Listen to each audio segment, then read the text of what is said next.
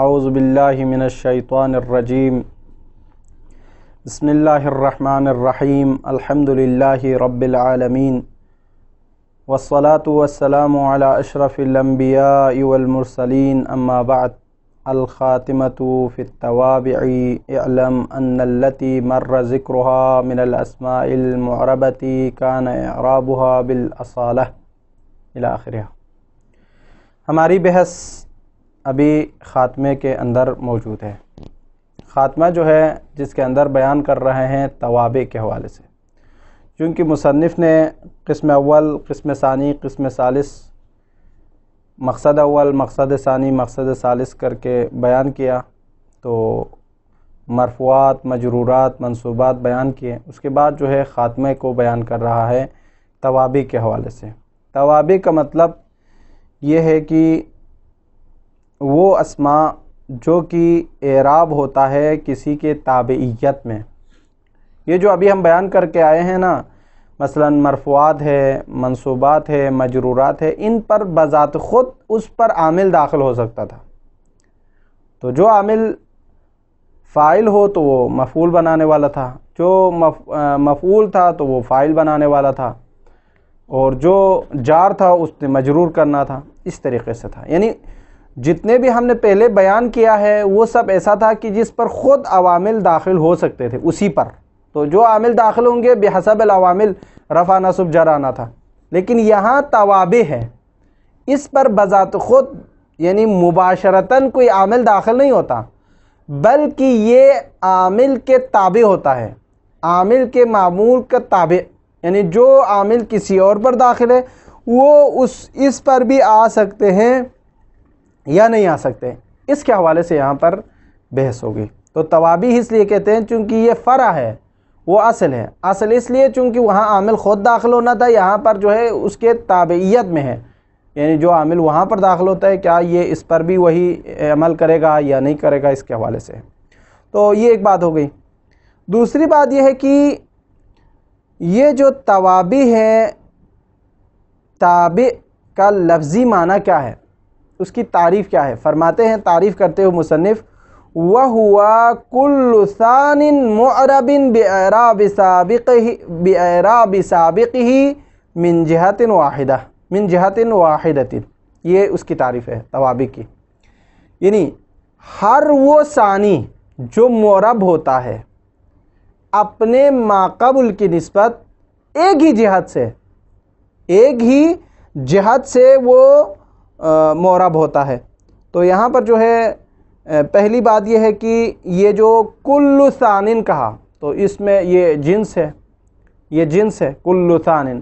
اعراب کی توابع کی تعریف کرتے ہوئے فرماتے وہ ہوا یہ توابع کل ثانٍ، ہر دوسرا ہے، ہر دوسرا یعنی اس میں جنس ہے، اس میں مؤخر کو شامل کر رہے، یعنی ہر وہ اسم جو عامل کے بعد ہو اس کے اندر شامل ہوگا۔ تو یہ اس میں یہ جو ہے تعریف میں جنس ہو گئے ایک۔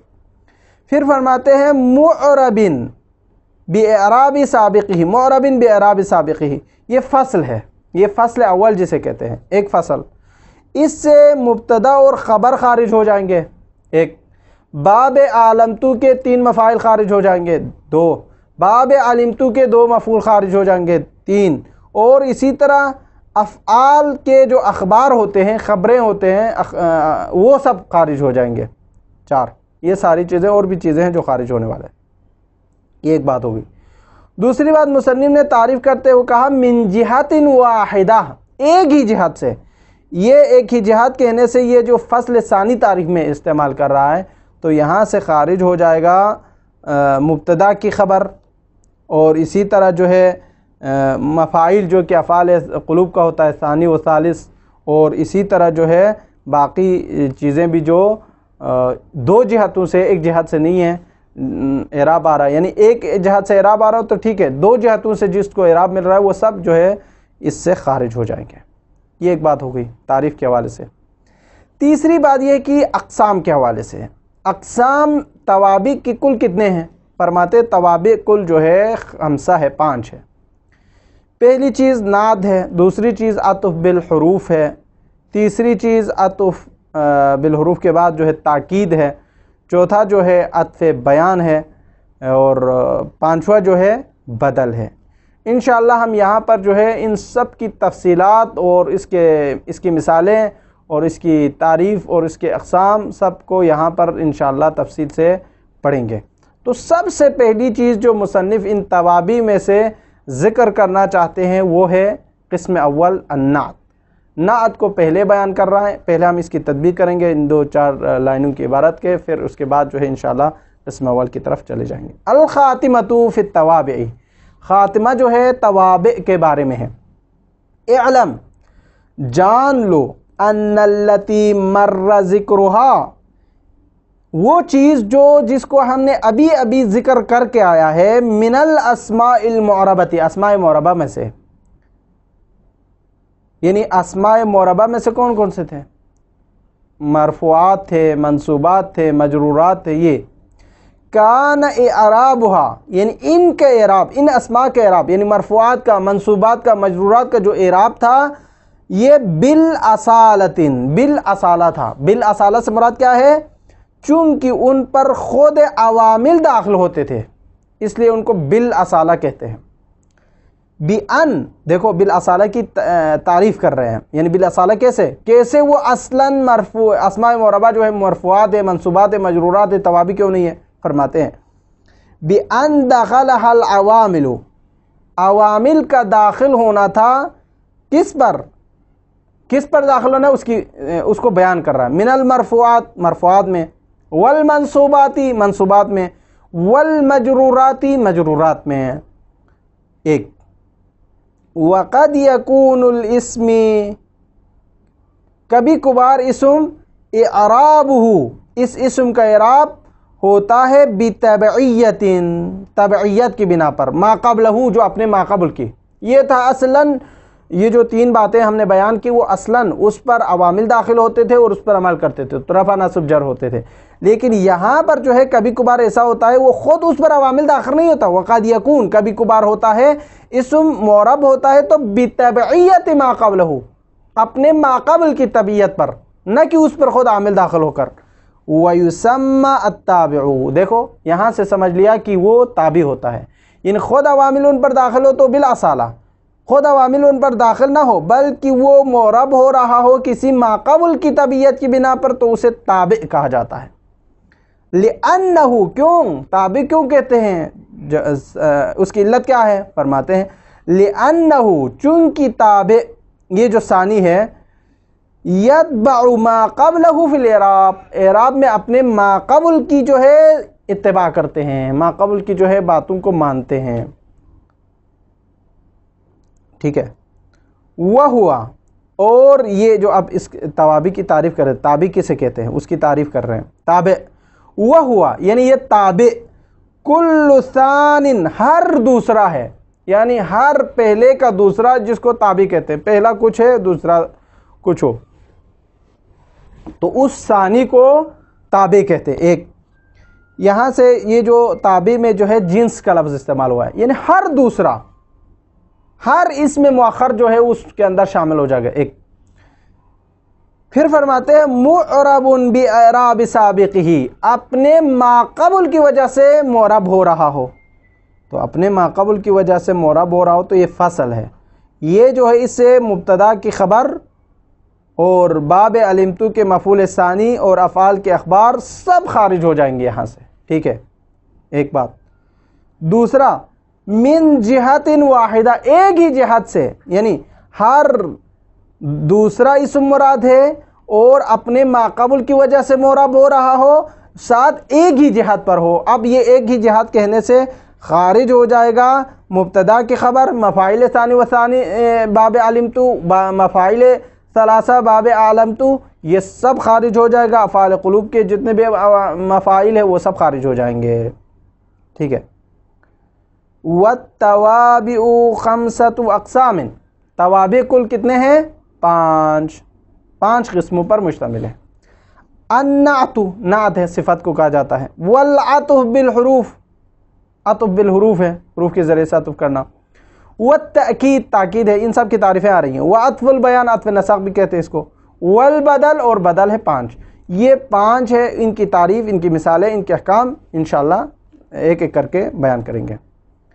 القسم الاول النعت، پہلی قسم ان توابی میں سے نعت ہے۔ اب یہاں نعت کی باری آ گئی تو فرماتے ہیں نعت جو ہے صفت کو کہتے ہیں، نعت سے مراد یعنی صفت۔ سب سے پہلی بات یہ ہے کہ نعت کو مقدم کیوں کیا؟ حالانکہ توابی کل 5 قسم ہے، تو عطف بالحروف کو، تاکید کو، عطف بیان کو، بدل کو مقدم کر سکتے تھے، صرف آپ نے پہلے نعت کو کیوں مقدم کیا؟ تو یہاں پر جواب یہ ہے کہ نعت جو ہے مقدم کرنے کی سب سے جو بہترین وجہ وہ یہاں پر فرماتے ہیں وہ یہ کہ یہ نعت جو ہے کثیر الاستعمال ہے، بہت زیادہ کلام عربی میں نعت استعمال ہوتے ہیں، اس لیے ایک یہ وجہ ہے۔ دوسری وجہ جو ہے توابی کے جو باقی اقسام ہے ان میں جتنا فائدہ نظر آتے وہ کم ہے، نعت کے اندر جو فوائد ہے، جو اس کے اندر فائدے بہت زیادہ ہے، لا تعداد ہے، لا یعد ولا یحصا ہے عربی کلام کے اندر۔ تو اس وجہ سے ہم ان 2 مبنیات پر، ان 2 بناؤں پر ہم نے اس کو مقدم کیا ہے، پہلی بات۔ دوسری بات یہ ہے نعت کہتے کسے ہیں، اس کی تعریف کیا ہے؟ فرماتے ہیں، اب اس کی تعریف فرماتے ہیں۔ نعت جو ہے فرماتے ہیں ہوا یہ نعت تابع ہے، ایک یدل علی معنی، کسی معنی پر دلالت کرتے ہیں۔ کون سا معنی؟ فی مطبوعہ، جو اس کے مطبوع کے اندر معنی ہوتے اسی پر دلالت کرتے ہیں، اسی مطبوع کے اندر والے معنی پر دلالت کرنے کو نعت کہا جاتا ہے۔ اب یہاں پر تابع کا لفظ استعمال ہوا جو کہ جنس ہے، چونکہ تابع کہا تو توابع تو 5 ہمارے پاس سب داخل ہو جائیں گے، اس لیے جنس ہو گیا ایک۔ اور یدل علی معنی فی مطبوعہ، یہ جو ہے فصل ہو گیا، چونکہ باقی توابع جو ہے اس سے خارج ہو جائیں گے، چونکہ وہ اپنے معنی مطبوع پر دلالت نہیں کرتا، اس وجہ سے۔ اب اس کی مثال جو ہے، پہلی جو مثال ہے وہ یہاں پر آ رہا ہے کہ جاءنی رجل عالم، جاءنی رجل عالم، ٹھیک ہے۔ تو یہاں پر رجل جو ہے موصوف ہے، مطبوع ہے، عالم اس کی تابع ہے، صفت ہے۔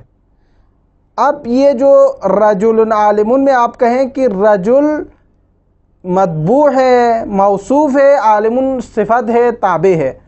اب یہاں صفت بحال الموصوف اضافہ ہو رہا ہے حال کی طرف، اور یہ جو صفت واقع ہو رہا ہے جو عالم، وہ حال بنے گا ذوالحال رجل کے لیے، نکرہ کے لیے، نکرے کے طور پر، ٹھیک ہے۔ تو یہ ایک بات ہے، اور یہ دونوں مل کر جو ہے جانی کے لیے مفعول واقع بھی ہو سکتے ہیں، تو اس طریقے سے آپ جواب دے سکتے ہیں۔ یا جو ہے کبھی کبھار جو ہے نعت جو ہے صفت ہوتی ہے مطبوع کے لیے متعلق مطبوع کا، یعنی بعبارت دیگر آپ یوں کہیں، یعنی نعت جو ہے دلالت کرتے ہیں، تابع ہوتے ہیں، اور یہ دلالت کرتے ہیں مطبوع کے معنی پر یا متعلق معنی پر، یہ 2 چیزیں۔ یعنی نعت کسے کہتے ہیں؟ یا آپ یوں کہیں کہ مطبوع کے معنی پر دلالت کرے یا مطبوع کے متعلق پر دلالت کرے، تو یہ جو ہے نعت ہوتی ہے، اس کو صفت کہا جاتا ہے۔ جیسے متعلق کی مثال جاءنی رجل عالم ابوہ، یہ اس کی جو ہے ابو جو متعلق ہے اس کا۔ اور آگے فرماتے ہیں، ان کی تفصیلات انشاءاللہ جب ہم تطبیق کریں گے تب تفصیل سے پڑھیں گے۔ پہلی قسم یعنی کیا مراد؟ یعنی صفت بحال الموصوف، متعلق نہیں، صفت بحال الموصوف ہونے کی مثال۔ یہ صفت بحال الموصوف میں یہ ہوتا ہے کہ مطبوع کے تابع ہوتے ہیں 14 چیزوں میں، یعنی مطبوع کے تابع ہوتے ہیں، تابع جو ہے مطبوع کے برابر میں ہوتے ہیں 14 چیزوں میں۔ 14 چیزیں کیا ہے؟ رفع ہے، نصب ہے، جر ہے 3، تعریف و تنکیر 5، اور مفرد تثنیہ جمع یہ 3، اور اس کے بعد جو ہے تذکیر و تانیث 5، تو 5 تقریباً 10 ہو گئے، ٹھیک ہے۔ یعنی حرکات ثلاث جسے رفع نصب جر کہتے ہیں 3 ہو گئے، تعریف و تنکیر ہو گئے 2، تو 5 ہو گئے، اور اس کے بعد جو ہے مفرد تثنیہ جمع سیاق کے حوالے سے 8 ہو گئے، اور اس کے بعد جو ہے تذکیر و تانیث ہو گئے 10۔ تو یہاں پر جو ہے مطبوع جو ہے تابع جو ہے یعنی صفت جو ہے اپنے موصوف بالحال کے جو ہے بالکل تابع میں ہوتے ہیں 10 چیزوں میں، یعنی بعبارت دیگر آپ یوں کہیں کہ تابع جو کہ نعت ہوتے ہیں، صفت ہوتے ہیں، وہ اپنے موصوف مطبوع کے مطابعت کرتے ہیں 10 چیزوں میں۔ یہ اس وقت کریں گے جب یہ معنی دلالت کر رہا ہو کہ مطبوع پر ایک، لیکن اگر متعلق مطبوع پر دلالت کر رہا ہو صفت تو اس وقت جو ہے 5 چیزوں میں اشتراک ہوتے ہیں، وہ ہے اعراب میں، رفع نصب جر میں ایک، اور تعریف و تنکیر میں، معرفہ اور نکرہ ہونے میں، یہ 5۔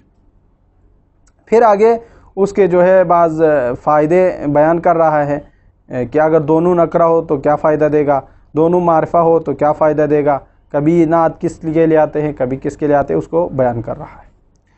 القسم الاول، پہلی قسم، النعت، توابع میں سے پہلی چیز نعت ہے۔ اس کو مقدم کیوں کیا ہم نے بیان کیا، چونکہ فائدہ زیادہ ہے اور استعمال بھی زیادہ ہے اس کا۔ وہوا، یہ نعت تابع، تابع ہے، تابع ہے، یہ جنس ہے، یعنی تابع ہے، سارے توابع اس کے اندر داخل ہوگا کیونکہ سب توابع میں سے ہیں۔ یدل، اور یہ تابع جو بعد میں جو اس میں مؤخر ہے وہ دلالت کرنے والا ہے، علی معنی فی مطبوعہ، اپنے مطبوع کے معنی پر ایک، نحو جاءنی رجل عالم، جاءنی فعل مفعول، رجل موصوف، عالم صفت، تو یہاں عالم تابع ہے رجل کی، یعنی حال بن رہا ہے اس کے لیے اس حال میں کہ وہ عالم ہے، میرے پاس وہ بندہ آیا حالانکہ وہ عالم تھے، یہ بیان کر رہا ہے ایک۔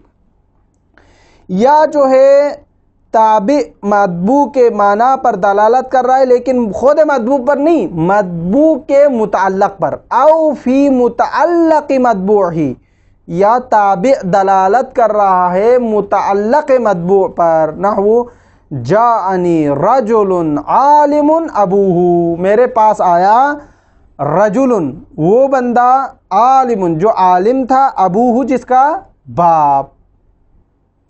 تو یہاں پر جو ہے رجل جو ہے موصوف ہے، عالم جو ہے صفت ہے، ابوہ جو ہے فاعل ہے، تو یہاں پر صیغہ صفت یعنی عالم اپنے فاعل یعنی ابوہ سے مل کر شبہ جملہ صفت ہے، موصوف صفت سے مل کر جاء کے لیے فاعل بنے گا۔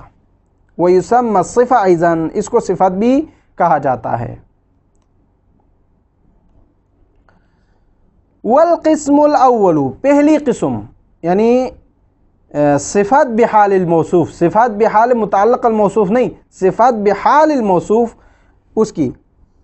والقسم الاول یعنی صفت بحال الموصوف، انما یتبع مطبوعہ، یعنی تابع اپنے مطبوع کا، ذوالحال کا، اپنے موصوف کا اتباع کرتے ہیں، فی 4 من 10 اشیاء، 4 عناوین پر 10 چیزوں میں سے، 4 عناوین 10 چیزوں میں سے، یہ بھی بیان ہو رہا ہے۔ فی الاعراب ثلاثہ، ایک عنوان ہے، رفع نصب جر، اور تعریف و تنکیر 2 عنوان ہیں، دوسرا عنوان معرفہ و نکرہ ہونے میں۔ والافراد والتثنیہ، مفرد تثنیہ، والجمع 3، تو یہ تیسرا عنوان ہو گیا، ان تینوں کا نام ہے۔ والتذکیر والتانیث، یہ چوتھا عنوان ہو گیا جو کہ مذکر اور مؤنث ہونے میں، یعنی 10 چیزیں جس کے 4 عنوان ہیں ان میں مشترک ہوں گے تابع اور مطبوع بحال صفت میں۔ یہ ابھی ان کی مثالیں آ رہی ہیں، نحو جاءنی رجل عالم، میرے پاس آیا رجل، بندہ، مرد آیا جو کہ عالم تھا، موصوف صفت عالم۔ دیکھو یہاں پر رجل مفرد ہے، مذکر ہے، ٹھیک ہے، عالم بھی مفرد ہے، مذکر ہے، اور رجل نکرہ ہے، عالم نکرہ ہے، ٹھیک ہے۔ وامرأۃ عالمۃ، مفرد مؤنث ہے، عالمہ بھی مفرد مؤنث ہے، اور اسی طرح جو ہے اس پر بھی اعراب امرأۃ ہے، اس پر بھی اعراب رفع کی ہے، تنوین ہے یہاں پر بھی، تعریف میں بھی، نکرہ میں بھی، سب میں بھی برابر ہے یہاں پر بھی۔ ورجلان عالمان، یہاں پر بھی رجلان تثنیہ ہے، نکرہ ہے، عالمان بھی تثنیہ ہے، نکرہ ہے، ٹھیک ہے، اور یہ حالت نصبی ہے، نصب ہے ان پر۔ اسی طرح وامرأتان عالمتان، یہاں پر جو ہے تثنیہ مؤنث ہونے کی مثال ہے، ورجال علماء جمع مذکر کے لیے، ونساء عالمات جمع مؤنث کے لیے، وزید العالم مفرد مذکر کے لیے، وزیدان العالمان تثنیہ مذکر کے لیے، وزیدون العالمون تثنیہ جمع مذکر کے لیے، ورأیت رجلا عالما مفرد مذکر کے لیے، ٹھیک ہے۔ وکذل بواقی، اسی طرح باقی کو بھی آپ جو ہے اس میں مثال دیتے جائیں، مسئلہ نہیں ہے۔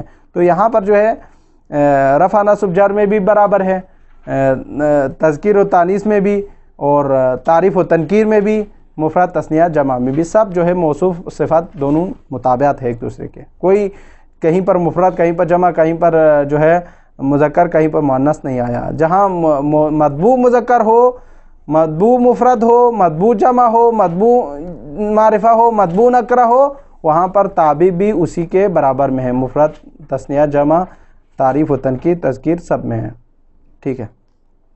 یہ ایک بات ہو گئی۔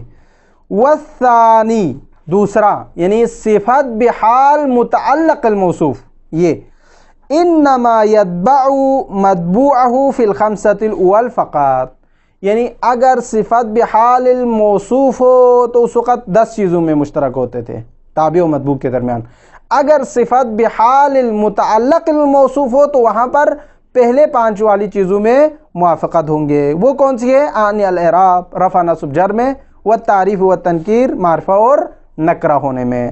نحو قولہ تعالی، اللہ تعالیٰ کا فرمان ہے، من هذه القرية الظالم اہلها، ان بستیوں پر ظلم کرنے والے لوگ کون ہیں؟ انہی کے اہل ہے، وہی کے بیٹھنے والے ہیں، وہاں پر رہنے والے لوگ ہیں، مسکون ہے، وہاں پر ساکن ہے، وہی لوگ ہیں ان پر ظلم کرنے والے۔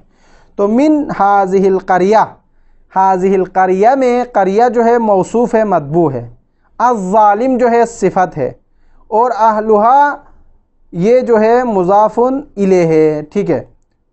تو یہاں پر جو ہے بعبارت دیگر آپ یوں کہیں گے کہ صفت مضاف مضاف الیہ سے مل کر جو ہے اس کے لیے تابع بن رہا ہے۔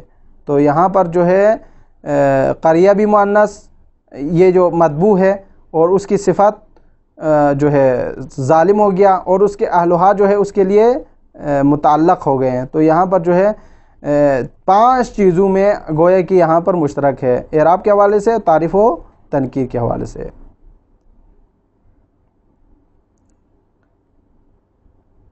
ٹھیک ہے۔ یہاں پر ختم ہو گئی بات۔ وفائدۃ النعت، اب یہاں سے صفت کے جو فائدے ہیں، اب یہ صفت جو توابع میں سے پہلا ہے اس کے جو فائدے اس کو بیان کر رہا ہے، باقی جو بات وضاحت ہے وہ ضروری نہیں یہاں پر کرنا۔ فرماتے ہیں نعت کے جو فائدے ہیں وہ بیان کر رہا ہے۔ نعت کے فائدے جو ہے کہ منعوت کو مخصص کریں گے اگر دونوں نکرہ ہو، ٹھیک ہے، یعنی دونوں نکرہ ہو تو اس صورت میں منعوت کو، نعت کو جو ہے تخصیص دیا جائے گا، ایک۔ دونوں معرفہ ہو تو منعوت کی توضیح ہو جائے گی، 2۔ اور اگر کبھی کبھار جو ہے فقط ثنا کے لیے آتے ہیں، کبھی کبھار فقط مذمت کے لیے آتے ہیں، یہ 4 چیزیں ہیں جو اس کو بیان کر رہا ہے۔ وفائدۃ النعت، نعت کا فائدہ تخصیص المنعوتی، منعوت کو مخصص کرنا ہے، تخصیص دینا ہے۔ ان کان نکرتین، اگر منعوت جو ہے، منعوت اور نعت دونوں نکرہ ہو، ان کان نکرتین، یعنی ان کان النعت والمنعوت نکرتین، یعنی دونوں نکرہ ہو تو۔ نحو جاءنی رجل عالم، میرے پاس آیا رجل عالم، دونوں نکرہ ہے، تو یہاں تخصیص کا فائدہ دے گا، یعنی میرے پاس آیا تو فقط عالم آیا، تخصیص کر رہا ہے، رجل عالم آیا، تخصیص کر رہا ہے، لیکن دونوں نکرہ ہونے کی وجہ سے، نعت بھی اور منعوت بھی، یعنی رجل بھی جو کہ منعوت ہے، عالم جو ہے اس کی صفت تخصیص ہے یہاں پر، دونوں نکرہ آنے کی وجہ سے۔ وتوضیح منعوتہ، لیکن منعوت کو وضاحت کریں گے، تفصیل سے بیان کریں گے، کب؟ ان کان معرفتین، نعت بھی منعوت بھی دونوں معرفہ ہو تب۔ نحو جاءنی زید الفاضل، دیکھو یہاں پر جاءنی زید الفاضل میں زید منعوت ہے، لیکن یہ کیا ہے؟ معرفہ ہے، ایک۔ الفاضل میں فاضل جو ہے، الفاضل بھی معرفہ ہے چونکہ اس پر الف لام داخل ہے، تو دونوں معرفہ ہونے کی وجہ سے یہاں پر جو ہے یہ زید جو ہے اس کی توضیح کر رہا ہے، بھائی جو میرے پاس زید آیا تھا وہ عام زید نہیں ہے بلکہ فاضل ہے، وہ یعنی صاحب فضیلت والا ہے، تو یہ توضیح کر رہا ہے، اس کی جو زید آیا اس کی وضاحت کر رہا ہے کہ صاحب فضیلت والا ہی ہے۔ یہ فائدہ ہے نعت کا۔ وَقَدْ يَكُونَ لِلثَّنَاءِ وَالْمَدْحِ، کبھی کبھار نعت آتے تو فقط بفقط مدح کرنے کے لیے، ثناخوانی کرنے کے لیے آتے ہیں۔ نحو بسم اللہ الرحمن الرحیم، یہاں پر رحمان الرحیم، یہاں پر صرف بصرف ثنا اور مدح کے لیے، یعنی اللہ جو ہے رحمان ہے، اللہ جو ہے رحیم ہے، بہت زیادہ مہربان ہے، بہت زیادہ رحم کرنے والا ہے، اس کو بیان کرنے کے لیے نعت آتے ہیں۔ وَقَدْ يَكُونَ لِلذَّمِّ، کبھی کبھار نعت آتے تو فقط اس لیے آتے تاکہ اس منعوت کی مذمت کرے۔ نحو اعوذ باللہ من الشیطان الرجیم، دیکھو الرجیم، رجیم شیطان منعوت ہے، اب اس کی رجمیت کو، اس کی راندہ درگاہ ہونے کو اس کی مذمت کے طور پر بیان کر رہا ہے، تو اس کے لیے بھی نعت آتے ہیں۔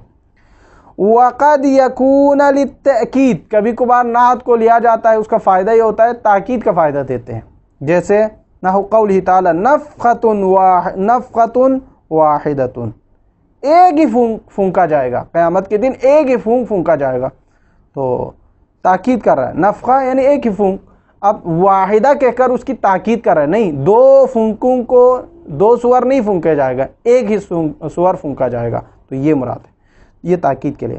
تو نعت کے فائدے گن رہے تھے، نعت جو ہے منعوت کو کسب تخصیص کرنے دیں گے جب دونوں نکرہ ہو، کسب توضیح اور تعریف کریں گے جب دونوں معرفہ ہو، اور کبھی جو ہے فقط مذمت کو بیان کرنے کے لیے آتے جیسے اعوذ باللہ من الشیطان الرجیم، کبھی کبھار جو ہے اس کے مدح و ثنا کو بیان کرنے کے لیے آتے ہیں بسم اللہ الرحمن الرحیم، کبھی تاکید کو بیان کرنے کے لیے آتے ہیں جیسے نفخۃ واحدہ، تو یہ نعت کے فائدے ہیں۔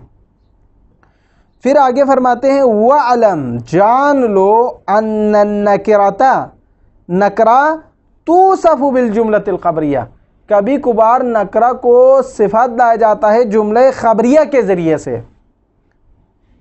جملہ خبریہ اس جملے کو کہا جاتا ہے جس میں صدق اور کذب کا احتمال ہو، اس کو جملہ خبریہ کہا جاتا ہے۔ تو جملہ خبریہ جو ہے صفت لایا جا سکتا ہے۔